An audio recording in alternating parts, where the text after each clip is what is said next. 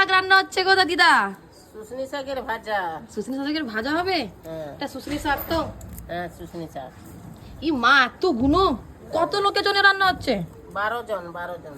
12 জন এত শাক খেয়ে নিবে? হ্যাঁ, আর কি রান্না হবে আজকে?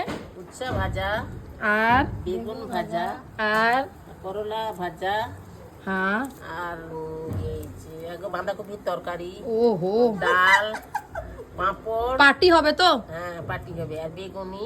এটা প্রত্যেকদিন এমনি রান্না হয়? হ্যাঁ এমনি হয়।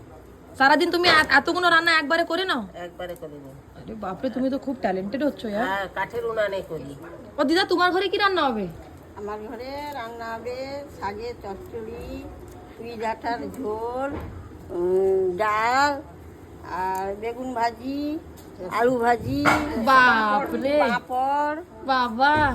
আর দিদা, তুমি সবসময় ঘুমটা কেন নাও গো এমনি? তাই ঘুমটা এই তো তোমার মাথায় ঘুমটা।